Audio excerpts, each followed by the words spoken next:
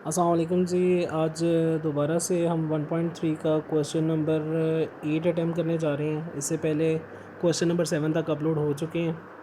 तो question number 8 में वो कह क्या रहा है जी। क्वेश्चन नंबर 8 में कहता है जी, इफ़ ए वैल्यू अगर ये हो, सेकंड बी वैल्यू भी हो, देन आपने क्या करना है, वेरीफाई करना है जी। वेरीफाई आप करने के लिए कोई चीज़ होनी चाहिए, तो उसके लिए ये 6 क्वेश्चंस दिए गए हैं कि आपने इनको वेरीफाई करना है। ठीक हो गया।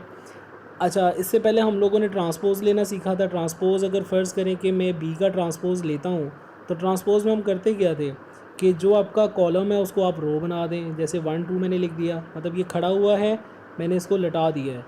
अच्छा, दूसरा 1 0 है, तो इसको भी आप रो में कन्वर्ट कर दें, तो ये आपका ट्रांसपोज़ आ जाता था।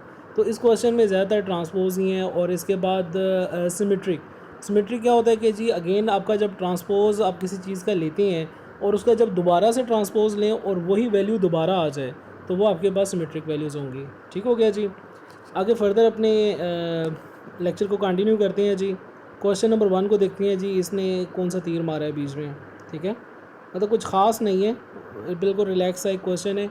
सबसे पहले जी हमारे पास ए प्लस बी की वैल्यू है। ए प्लस बी की पूरे होल ट्रांसपोज़ है, फिर ए का ट्रांसपोज़ और बी का ट्रांसपोज़। तो अब हमने क्या करना है जी, सबसे पहला हमारा वो काम क्या है कि जी ब्रैकेट के अंदर जो चीज़ है उसको प्लस कर दें। ब्रैकेट के अंदर जो भी ए और बी की वैल्यूज़ हैं उनको प्लस करें। अब यहाँ पर अगर मैं 1 और 1 को प्लस करता हूँ तो आंसर मेरे पास 2 आ जाएगा। अगर 2 और 1 को ऐड करता हूँ तो मेरे पास आंसर 3 आ जाएगा। 0 और 2 को ऐड करता हूँ तो 2 आ जाएगा, और 1 और 0 को करता हूँ तो 1। ठीक हो गया। ये तो सारा था ऐड वाला कॉन्सेप्ट जो हम पहले भी कर चुके हैं। इसके बाद हमने ब्रैकेट लगा के इसका ट्रांसपोज लेना है जी। अब अच्छा, अब ट्रांसपोज़ लेने के बाद क्या करेंगे जी। अब ट्रांसपोज़ थोड़ी देर पहले हमने लिया था। ट्रांसपोज़ में हम करते क्या हैं, जो आपका कॉलम है उसको आपने क्या करना है, रो में कन्वर्ट कर देना है। ठीक हो गया ना। ये जो खड़ा हुआ था आपने इसको लटा दें जी, कॉलम को लटा दें। आगे नेक्स्ट है जी, 3 और 1 है, कॉलम में था आपने उसको रो में कन्वर्ट कर दिया, तो इसको हम कहते हैं जी ट्रांसपोज लेना। ठीक हो गया। इक्वेशन की एक साइड होगी कंप्लीट। जो हमारे पास आंसर आया है वो है 2 3। अगर इसको मैं मतलब अपने लफ्ज़ में बोलूँ, जैसे मैं पहले कह रहा था, ये 23 हो गया और ये 21 हो गया। ठीक है, अब ये चीज़ को आपने याद रखना है जब हमारे पास दूसरा आंसर आएगा। ठीक हो गया जी। अच्छा जी, नेक्स्ट हमारे पास जो इक्वेशन आ रही है जी, राइट हैंड साइड हमने लिया। पहले हमने ए का ट्रांसपोज़, फिर बी का ट्रांसपोज़, और इसके बाद उसको प्लस करना है। अब मैंने ए वैल्यू लिखी, उसका ट्रांसपोज़, फिर बी वैल्यू लिखनी है, फिर उसका ट्रांसपोज़ आ जाएगा। अब इनका पहले ट्रांसपोज़ लेते हैं जी। 2 1 का अगर मैं ट्रांसपोज़ लेता हूँ, ले सकता हूँ क्या? नहीं ले सकता। अब आप देखें जी, जो मेरे पास कॉलम है जो खड़ा हुआ है, आपने क्या करना है, उसको बैठा दें 1 0। फिर जो खड़ा हुआ है 2 1 कॉलम है, उसको रो में कन्वर्ट कर दें।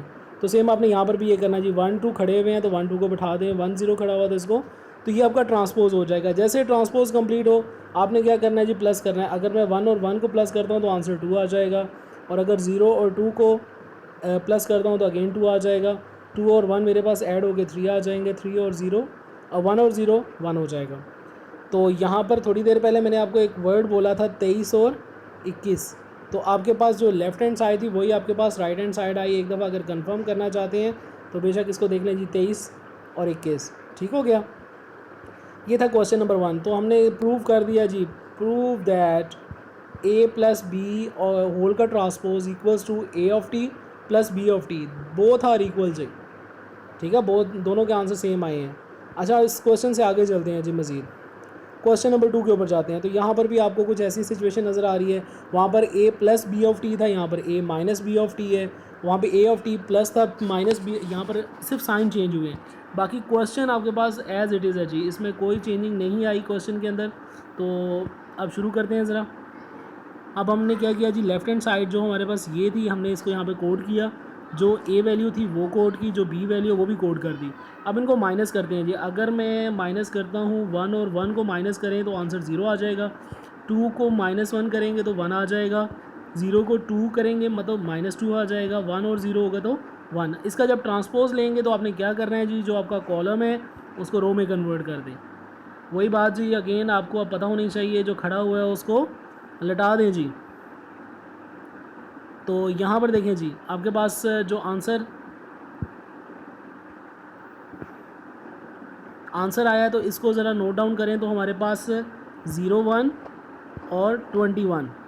इसको याद रखना क्योंकि मैं मैट्रिक्स को थोड़ा सा इस तरीके से पढ़ता हूँ कॉलम फॉर्मेट में, तो अगर आप ऐसे करना चाहते हैं तो बेस्ट ऑफ लक जी। अच्छा नेक्स्ट, अब इसकी जो दूसरा वाला पॉइंट है उसको ज़रा कंसिडर करते हैं। अब मेरे पास है राइट हैंड साइड, अब मेरे पास ए ऑफ टी है और बी ऑफ टी, सेम हमने वही काम करना है जी। पहले ए का ट्रांसपोज लें, फिर बी का ट्रांसपोज लें और सेंटर में साइन माइनस का, लेकिन पहले ट्रांसपोज लेने हैं। अब क्या है जी, ये जो वर्टिकल में कॉलम है इसको हॉरिजॉन्टल में रो बना दें, वर्टिकल में कॉलम है हॉरिजॉन्टल में आपने रो बना देनी है। तो सेम आपने बी के साथ भी यही करना है। अब इसके आंसर्स चेक करें जी। अब यहाँ पर क्या है जी, अगर मैं 1 और 1 को माइनस करता हूँ तो आंसर 0, अगर 0 और 2 को करता हूँ तो -2 आ जाएगा, 2 और 1 को करता हूँ तो यहाँ पर मेरे पास 1 आ जाएगा, और लास्ट में 1 और 0 है तो 1 आ जाएगा, तो माइनस ही किया। तो मेरे पास दोबारा से 0 और 21 बन चुका है जी। सेम यही चीज़ हमने थोड़ी देर पहले ऊपर देखी थी। अगर इसको मैं दोबारा से टैली करूँ तो यहाँ पर देखें जी, 0, ये 0 1 हो गया और ये 21 हो गया 2 1, तो सेम आपका आंसर वही आ गया जी जो आपका रिक्वायर्ड था। अब क्या करना है जी, थोड़ा सा नीचे जाते हैं तो हम लोग कर देते हैं जी a minus B of T whole transpose equals to A of T minus B of T. ये आपका प्रूव हो गया जी, दोनों के आंसर सेम आए हैं। अच्छा जी, अब मज़ीद आगे चलते हैं तो क्वेश्चन नंबर 3 की तरफ जी। क्वेश्चन नंबर 3 में कहता है कि जी प्रूव करें, ठीक है। क्वेश्चन नंबर 3 में हमें कह रहा है कि प्रूव करना है क्या, a plus A of T is symmetric, मतलब कि ये अब सिमेट्रिक है कि नहीं है। अब क्या करेंगे जी, ए वैल्यू मैंने कोड की, बी वैल्यू कोड की, इसका टी ए ऑफ टी लेना है। तो आपको ये बताएगा जी ट्रांसपोज कैसे लेते हैं। जो कॉलम है उसको आपने रो में कन्वर्ट कर दिया, जो कॉलम है उसको रो में कन्वर्ट कर दें। इसके बाद इसको प्लस करें। अब प्लस करने के लिए जी नेक्स्ट पेज पे चलते हैं। अब यहाँ पर प्लस करें जी, 1 और 1 प्लस करेंगे तो 2 आ जाएगा आंसर, 1 और 1 प्लस करेंगे तो 1 और 1 प्लस किया तो हमारे पास आंसर 2 आ जाएगा, 2 प्लस 0 आंसर 2, अगेन 2 आ जाएगा और अगेन 2। तो अब ये जो इक्वेशन हमारे पास है, now we will take transpose of this value. अब हमने क्या किया जी, अगेन जब ट्रांसपोज लेंगे इस वैल्यू का, तो जो ये वैल्यू है ट्रांसपोज लेने के बाद हमारे पास दोबारा वही वैल्यू आ जाए, तो ऐसी वाली इक्वेशन को हम क्या कहते हैं जी, वो सिमेट्रिक है। ठीक हो गया जी। आप देख लें हमारे पास जो लास्ट में आंसर्स आ रहे हैं उनको देखें जी। ये जो वैल्यू थी a plus A of T हमने लिया, इसका जब हमने दोबारा से ट्रांसपोज लिया, दोबारा से ये ट्रांसपोज आ गया जी। जब दोबारा ट्रांसपोज लेंगे तो हम कहते हैं कि जी सिमेट्रिक है। तो ये हमने प्रूव भी कर दिया। उसकी रीज़न कि जो हमारा दोबारा आंसर आया है वो वही आंसर है जो पहले आंसर था। ठीक हो गया जी। नेक्स्ट आगे चलते हैं।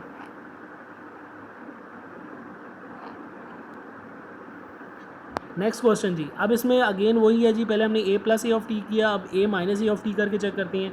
तो आपने जब a का ट्रांसपोज लेना है तो क्या करेंगे जी, जो आपका कॉलम है उसको रो में कन्वर्ट कर दें। अगेन कॉलम किस में कन्वर्ट हो रहा है, रो के अंदर। तो अगेन आपने क्या करना है जी, अब मेरे पास जब ये वैल्यूज़ आ जाएंगी तो इसके बाद मैं 1 माइनस 1 करूँगा तो आंसर 0, 2 माइनस 0 करूँगा तो आंसर 0, और 0 माइनस 2 करूँगा तो -2, और 1 माइनस 1 करेंगे तो आंसर 0। अब यहाँ पर देखें जी, थोड़ा सा इसको आगे लेके चलते हैं। अब जो मेरे पास आंसर आया है, ये जो मेरे पास एक आंसर आ चुका है, मतलब अगर जब मैं इसका दोबारा ट्रांसपोज लेता हूँ 0 2 -2 और 0 को इसका ट्रांसपोज लेते हैं तो दोबारा वैल्यू आ जाती है, लेकिन साइन यहाँ पे चेंज हो गए। जब ये जगह चेंज हुई इनकी, मतलब ये कॉलम रो में कन्वर्ट हुआ तो माइनस आ रहा है। तो अब यहाँ पर हमने एक चीज़ को बनाना है कि ये सिमेट्रिक होगा कैसे। तो उसके लिए हम क्या करेंगे जी, यहाँ पे -1 से मल्टीप्लाई करेंगे, इस इक्वेशन को -1 से मल्टीप्लाई करेंगे, 0 को -1 से मल्टीप्लाई करेंगे आंसर 0 आएगा। -1 से करेंगे तो यहाँ पर आंसर क्या बनना चाहिए जी, यहाँ पर पहले -2 था तो ये 2 हो जाएगा, और ये माइनस माइनस प्लस हो जाएगा। तो अगेन हमारे पास जो वैल्यू बनेगी, जब आपने साइन चेंज करना है माइनस के साथ, तो आपके पास जो वैल्यू आएगी वो माइनस के साथ आ जाएगी। तो यहाँ पर इस चीज़ को समझने की ज़रूरत है जी थोड़ी सी, कि अगर आपने इस वाली इक्वेशन का जो आपके पास a plus A of T था, उसका जब दोबारा ट्रांसपोज लिया तो आपके पास जो था वो सिमेट्रिक नहीं बना। तो उसको बनाने के लिए आपने क्या किया जी, -1 से मल्टीप्लाई कर दिया। जब आप -1 से मल्टीप्लाई करेंगे तो वो साइन सारे चेंज होंगे। साइन चेंज होने के बाद आपके पास वही आंसर आ जाएगा जो आपके पास थोड़ी देर पहले मौजूद था। अगेन जी 0 -2 0 और 2। तो अगेन आपके पास जब उसको आप करेंगे तो यहाँ से माइनस मल्टीप्लाई होगा तो वो साइन चेंज कर देगा उसके। यहाँ पर आंसर में थोड़ा सा गड़बड़ है, लेकिन आप इसको एडजस्ट करना चाहिए।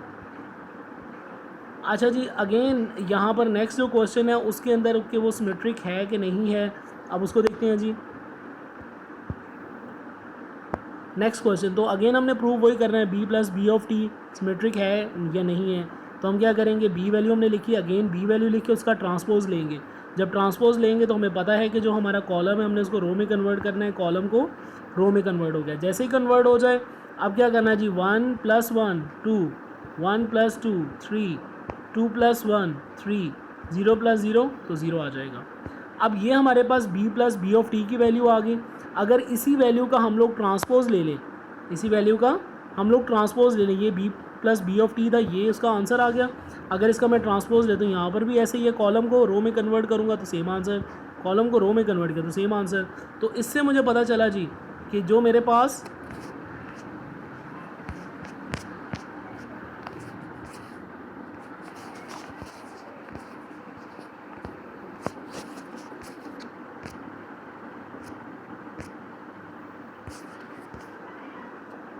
अगेन जी जो मैंने यहाँ पे क्वेश्चन किया था, क्वेश्चन नंबर 5 था, वो थोड़ा सा गड़बड़ हुआ। आप देखें जी यहाँ पर अगेन जो मैंने ट्रांसपोज लिया था, ट्रांसपोज लेने के बाद जो मेरे पास वैल्यूज़ आई वो सेम होगी। इसका मतलब है कि ये जो मैट्रिक्स है मेरे पास अगेन सिमेट्रिक मैट्रिक्स है। तो इसी जी एक्सरसाइज का लास्ट क्वेश्चन है अब हमारे पास, b minus B of T. तो सेम उसी पैटर्न के साथ नो चेंज, और इसमें हमने क्या करना है जी, अगेन जो मतलब दोबारा होगा -1 के साथ हमें मल्टीप्लाई करना पड़ेगा। तो इसको एक दफ़ा देख लेते हैं जी। अगेन जो इक्वेशन है b minus B of T, ठीक है,